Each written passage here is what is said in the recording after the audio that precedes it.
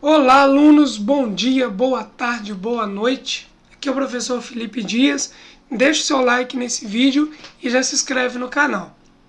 Eu vou estar resolvendo uma questão que trata sobre campo elétrico, porém tem um foco maior nas linhas de campo, ou também tem gente que chama linhas de força. Então, muitas vezes vemos apenas como orientações do campo, mas essas linhas elas querem nos dizer um pouco mais, elas vão muito mais além do que simples desenho. A partir dessas representações, de fato nós conseguimos até entender um pouco sobre a intensidade, qual carga é maior, qual carga é menor e os sinais delas. A figura a seguir mostra as linhas de força do campo eletrostático criado por um sistema de duas cargas pontiformes, Q1 e Q2. Nas proximidades de que carga o campo elétrico é mais intenso, né? E por quê? Para a gente ver qual que é mais intenso, você faz mais ou menos um círculo, bem mais ou menos, né? Parecidos com as duas cargas mais ou menos também no centro. E você vai observar quais deles possuem mais linhas de campo. Neste caso aqui é o Q1, a quantidade de linha de campo que o Q1 tem e o que o Q2 tem. Esse é o indicativo da intensidade, né? Então a carga Q1 ela tem um valor maior, né? Por isso o campo elétrico em volta dela é maior. Então Q1, eu não vou escrever aqui o porquê, né? Mas é porque existem mais linhas de campo, mais linhas de força ao seu redor. Apaguei ali para não ficar tão poluído. Letra B. Qual o sinal do produto Q1 vezes Q2? Lembrando, do mais, descargas positivas. As linhas de campo saem da carga negativa, as linhas de campo entram. Podemos reparar que de Q1 as linhas de campo estão saindo e de Q2 elas estão entrando. Então, se a gente seguir aqui, ó, o Q1 ele é positivo e o Q2 é negativo. Com isso, o Q1 vezes Q2, né, ficaria mais vezes menos, que vai dar menos. Essa é a resposta correta. Letra C.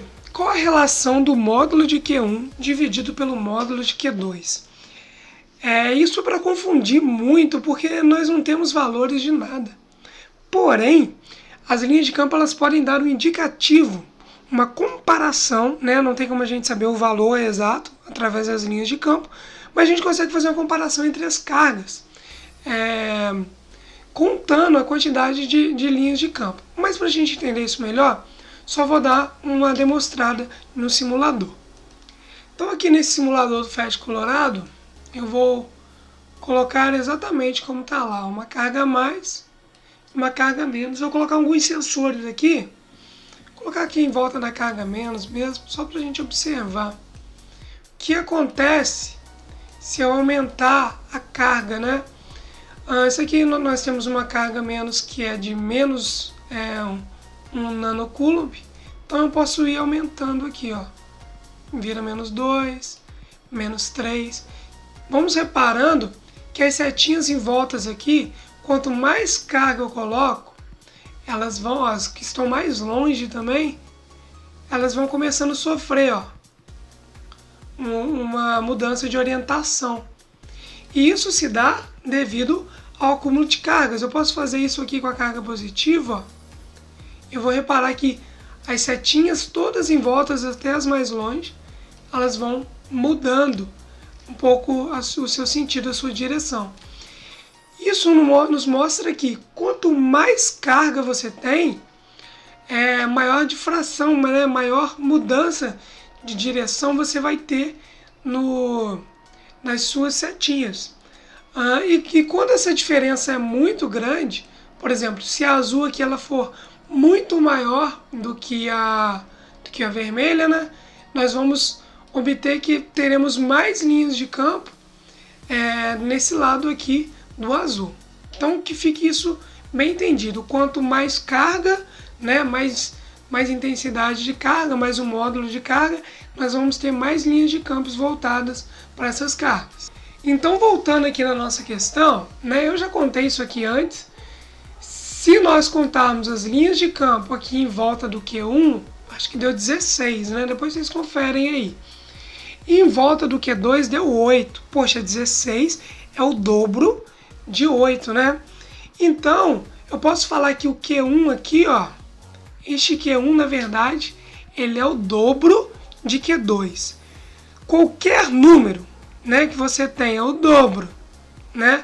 Um número dividido pela metade dele, né, digamos assim, porque nós podemos falar, se Q1 ele é o dobro de Q2, quer dizer que Q2 é metade de Q1. Então, todo número que seria o Q1 dividido pela metade dele, que é o Q2, isso aqui vai dar 1.